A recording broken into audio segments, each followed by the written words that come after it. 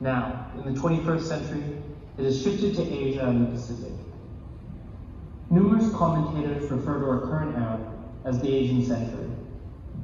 Within a single generation, our region has transitioned from low to middle income status. This has resulted in hundreds of millions of people being lifted out of extreme poverty and higher living standards being enjoyed by people at every income level.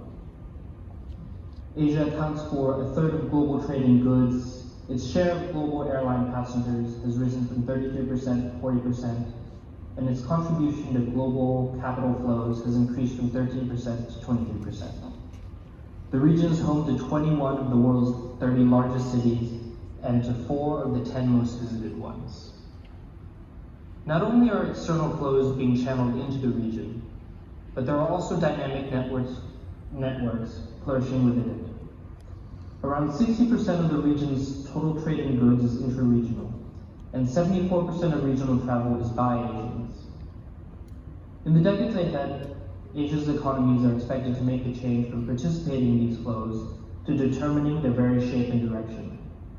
In fact, in many areas, from the internet to trade in luxury goods, they already are. A key part of this remarkable story of development has to do with the historical productivity movements in Asia, as mentioned by the Secretary General. The experience of Japan in the 1950s, the Republic of Korea in the 1970s, and Singapore in the 1980s show clearly how a sustained movement that involves the government, industry, workers, academics, and citizens can create dynamic growth. While good economic and structural policies were important in that creation process, there was also a need for mass participation in broader society. Beyond setting policy, development efforts involved transforming people's values, mindsets, and aspirations. Quality and productivity became a part of national culture as people embraced teamwork and creativity. The APO believes that for the region to achieve continued development, the productivity movement remains vitally important. Long-term growth depends on broad-based productivity enhancement, and productivity enhancement will depend on a revitalized productivity movement.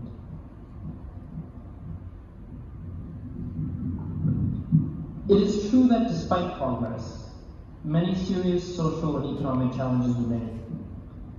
These challenges are fundamentally linked to our productivity and to the productivity movement in Asia Pacific. Productivity growth in Asia still outperforms that seen in other regions. However, in a few economies, notably the People's Republic of China, but also the Republic of Korea, the Philippines, and Thailand, there was a slowdown in productivity growth after the global financial crisis in 2008. In some of these countries, that slowdown was not a temporary blip, but represented a new normal. The economies of this region face both short and medium-term risks. These include financial market volatility, rising trade tensions, and slowing momentum in the People's Republic of China. Some of these risks may pass, while others may become persistent constraints on the global economy. For example, current trade turmoil may lead to a long-term reduction in economic integration and openness. This slows productivity growth by making the diffusion of technology and knowledge more difficult. Tariffs and other barriers to trade also reduce the incentives for firms to adapt and raise their productivity in the face of international competition. Additionally, there are also structural issues. For example, many economies will have to cope with the transition to services, where high productivity growth is generally considered to be more difficult to achieve than in manufacturing, as well as facing the problems of rapid population aging. These current and potential causes of low productivity growth should be a serious concern for policymakers, hoping for long-term improvements in living standards. Reinforcing the centrality of productivity should be a priority for all governments looking to generate long-term socioeconomic development. At the same time, we must acknowledge that times have changed. While many classic productivity tools and techniques are still valued, to ensure that the productivity movement remains relevant and effective, our understanding of productivity needs to be updated and new approaches taken. In line with what the Secretary General has mentioned, our concept of productivity must be updated to reflect the key contemporary challenges, what we call the 3 I's. The first, innovation. The second, inclusion. And third, institutions. I would like to explain these challenges from the productivity perspective, before giving some examples of how the APO is working to tackle them. The first challenge is the need for Asia-Pacific economies to pursue innovation-led productivity growth. Over time, the key source of productivity growth has changed. Broadly, it has shifted from labor to various kinds of capital, such as machinery, knowledge, etc. Much of the growth in the region has been driven by capital accumulation, rather than the assimilation of existing technologies from advanced economies or domestic innovation. Productivity growth from capital accumulation is ultimately unsustainable, and economies must find new sources of progress. While the diffusion of technology and applications of international best practices in management are important for productivity growth, domestic innovation must play an increasing role. This is especially true for economies close to technological frontiers. For others further from the frontiers, it is important to reap the potential benefits of the digital revolution while also working to minimize its costs. Many countries find themselves stuck in a middle income trap. They're no longer able to compete internationally in labor-intensive commodities because of high wages, but also cannot compete in higher value-added activities on a broad enough scale because productivity is too low. This prevents them from achieving high income status. The core issue here is that domestic productive capabilities have not been developed sufficiently. For countries to progress at all levels, innovation, originating both domestically and internationally, must be supported.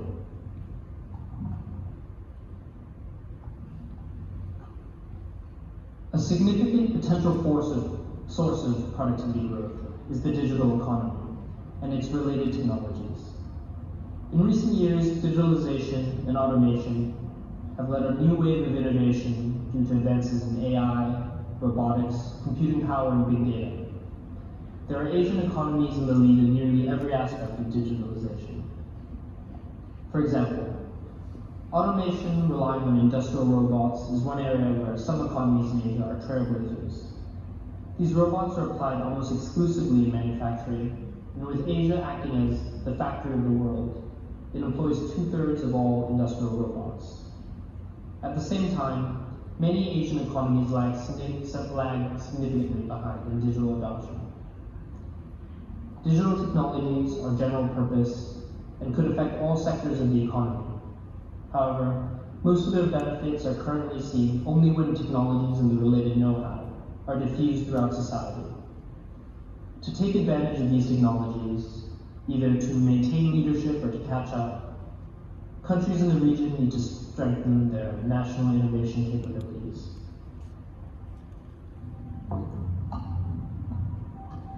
To achieve innovation-led productivity growth, countries need to build up functional innovation ecosystems. This means a network of research and education bodies, startups, established firms, financial institutions, and government agencies which enable innovation. A range of policy responses can transform education to meet the demands for new skills and lifelong learning.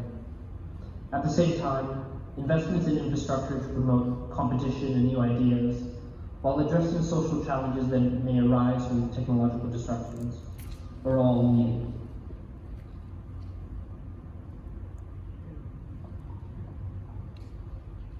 Obviously, technological progress does not affect all segments of societies in the same way. Some industries may have what economists call a strong technical bias, where capital infusions will cause workers to be displaced. If those workers cannot be redeployed, then overall productivity will likely not increase. Beyond that, displaced workers and other vulnerable members of society, like the elderly, minorities, women, the poor, and persons with disabilities, are often unable to fully benefit from economic growth. Countries in this region and beyond have agreed to align their development plans with the UN Sustainable Development Goals. This means that the social and environmental dimensions of sustainability must be prioritized alongside economic issues. In parallel to this, for the productivity movement to be relevant in the 21st century, it must also be aligned with sustainable development. This is what the APO calls the inclusion challenge, or finding ways to guide the productivity movement in Asia and the Pacific to focus on including as many segments of society as possible. This means that productivity will both benefit from and bring benefit to many more people in different walks of life.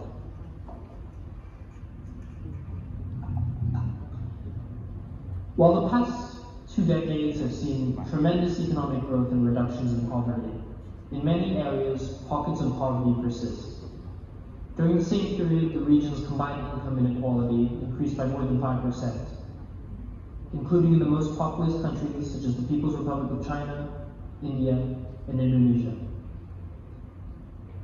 The Asia Pacific is home to the most billionaires worldwide, while at the same time, millions of people still lack access to basic services. This pattern undermines the social contract formed between government and society, and has consequences for lasting peace and stability. The productivity movement in the region needs to be responsive to these realities by ensuring that productivity growth is broad-based and benefits those also at the bottom of the pyramid.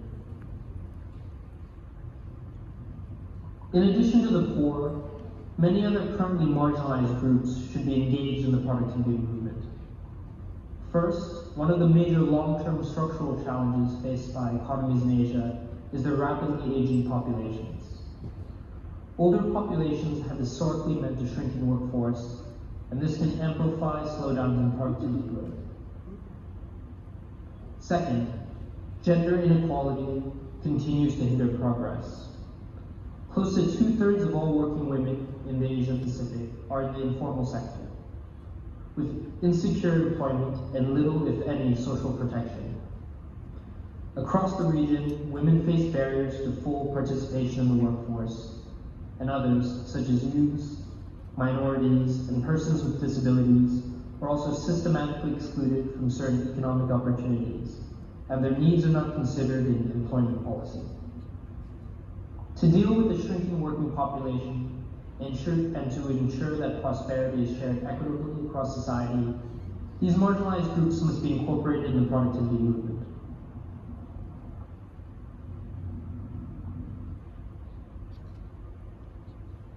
Moving on from the challenges of innovation and inclusion, it should be understood that it will be an immense institutional challenge to coordinate all the various activities and programs that are necessary for sustained productivity growth throughout Asia Pacific.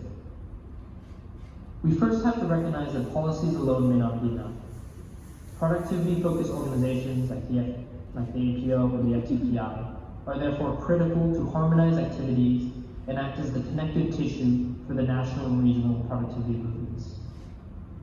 However, as in the historical examples of Japan and Singapore, this movement must be expanded through the active participation of businesses, industries, workers, government agencies, academia, community groups, and others.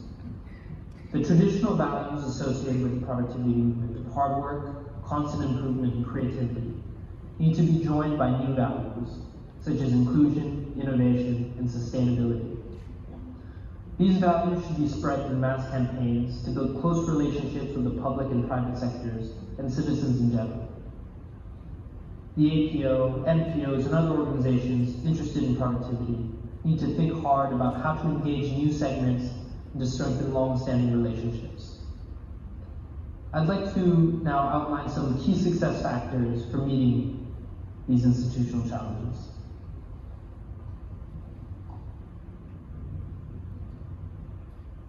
Firstly, national movements depend on commitment from top leadership in core organizations responsible for implementing activities. The productivity movement is no exception. In addition to NPOs, various forms of high-level councils can help deal with productivity issues. These core organizations should be linked at the regional, district, and community levels so that productivity activities can be cascaded down and grassroots innovations cascaded up. In our network world, NPOs cannot be the only bodies promoting productivity, but they need to also act as catalysts and coordinators. By networking and assisting other institutions, NPOs can help build a strong, supportive institutional infrastructure.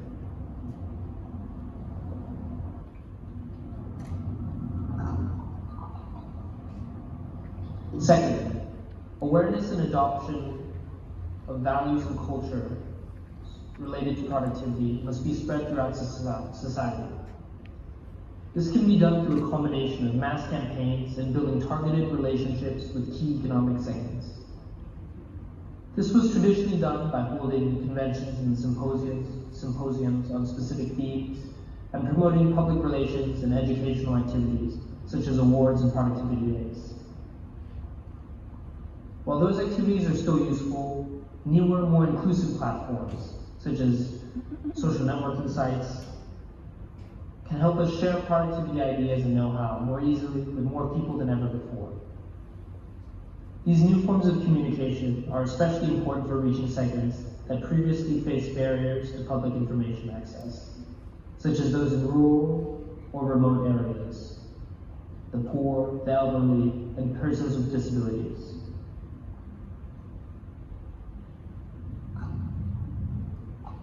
Now, it's an important time to answer the question, how can the APO and others address the challenges and revitalize the productivity movement?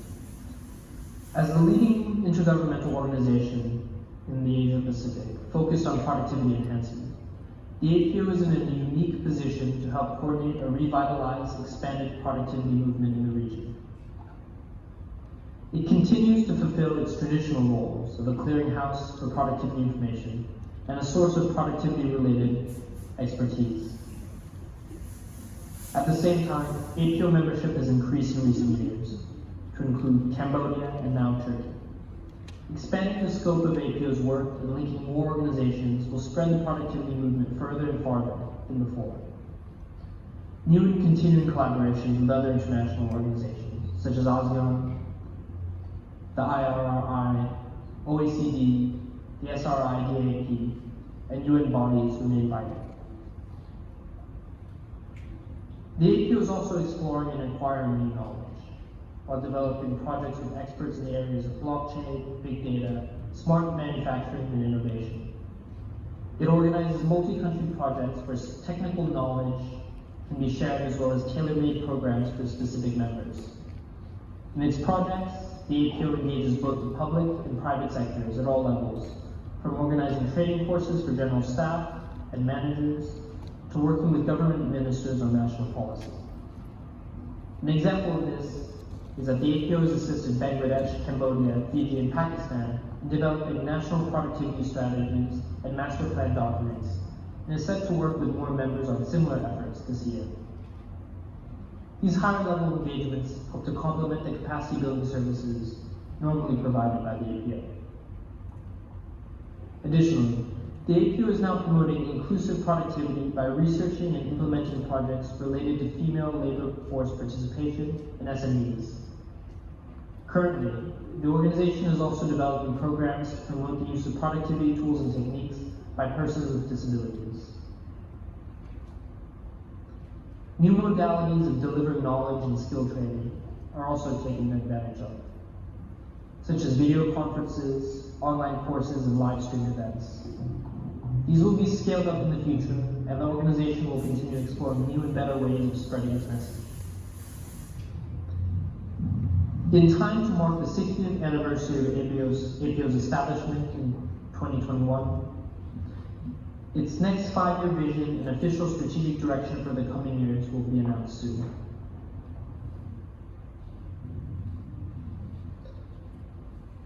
In conclusion, in leading the productivity movement, the message that the Secretary General and the APO would like to deliver is that the APO cannot work alone. The most important work must be done by stakeholders in each member country. Making the next 100 years truly the Asian century will require hard work from all segments of society. And this will be especially true if the Asian century is as prosperous, inclusive, and sustainable as all of us hope. I ask everyone who shares the vision of a prosperous, productive Asia Pacific to work together and to cooperate with the APO to make our vision a reality. Thank you. ขอเสียงปรบมือให้กับดร.บักตานและดร.ปรเทศ Thank you very much to Dr. AKP Mokhtar and Mr. Porchit.